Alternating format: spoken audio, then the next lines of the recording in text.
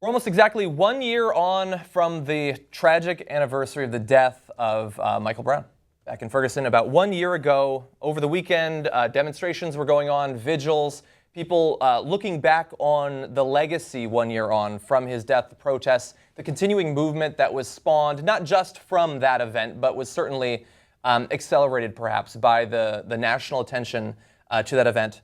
And so many people are wondering, how much progress have we actually had, if any, since then, which we're going to get to in just a second. But unfortunately, it was marred by some violence, which sprung up in Ferguson. St. Louis County Police Chief John Belmar said plainclothes officers had been tracking the suspect, this man who we're going to talk about who did commit a shooting, who they believed was armed. The man then approached the officers who were in an unmarked police car and opened fire.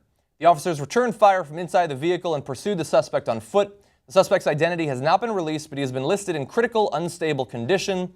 4 officers involved in this shooting were placed on administrative leave. So we know very little at this point, as we're broadcasting live, about who it was, why they did what they did.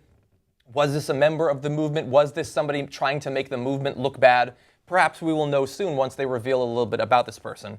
But unfortunately, it was, regardless of their motivation, it has marred a time that I think should be used for some introspection in terms of where we're at with our culture, with the police culture, how little progress it seems that we've had in a lot of different ways just in the past few months. I mean, we could go back through the list of names of the tragic killings, either of unarmed people on the street, of people in their cells.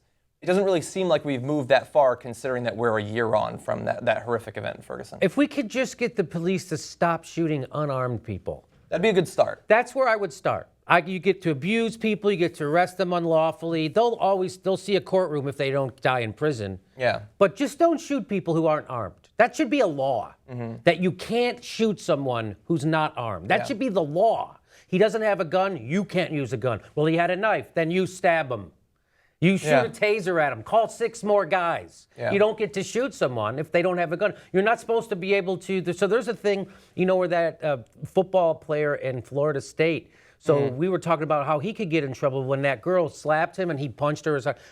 You can't use more force back than was used on you. Yeah. If he'd been a cop, would he have shot her in that instance? He could have shot her and got away with it. Why does that law not apply to cops? Yeah. So so all he has to say is, I was afraid for my life and I shoot. And apparently they're hiring the scaredest, most paranoid motherfuckers in the world to be cops these days, which they are. Yeah. And we've been reading that there's this, I apologize, I don't have his name at the front of my mind right now, but there's a police psychologist who goes around defending the cops, and his training of them apparently seems to indicate that they should shoot first. If you fear at all for your safety, not even for your life, shoot. I will defend you. You'll probably get off. That is the pattern that we've seen. It is well established at this point.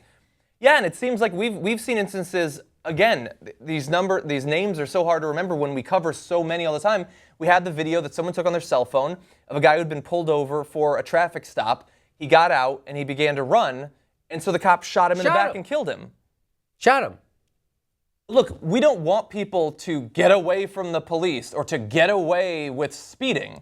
You can't kill a person for that. You don't get to be the judge, jury, and executioner for a traffic violation. Yeah. If somebody litters, you can't kill that person, even if they're going to get away with the littering. Even if they're going to get away. We saw finally the footage. It was a guy that was killed after his car accident back in, I believe, 2013. They said that he attacked the police. The video shows, no, he begins to run past the police.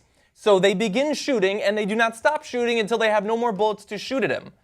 If he'd gotten away, there are worse things that could happen in the world, like killing him. Yes. Yeah, again. But this lesson is apparently evades cops, even a year on from the death of Michael Brown. And so now this shooting in Ferguson yesterday, where apparently there were 4 undercover cops, and some guy opened on fire on these undercover cops. Boy, what a coinky-dink, huh?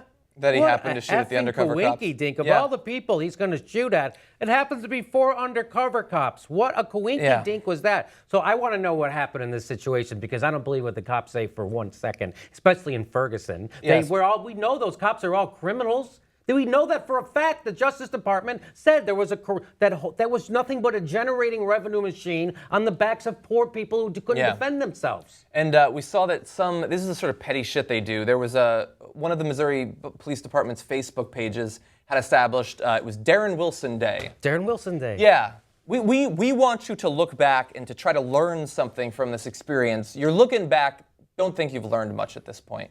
But a year on from the death of Michael Brown, we now know 53 teens have been killed by cops since then. And this is what's tragic.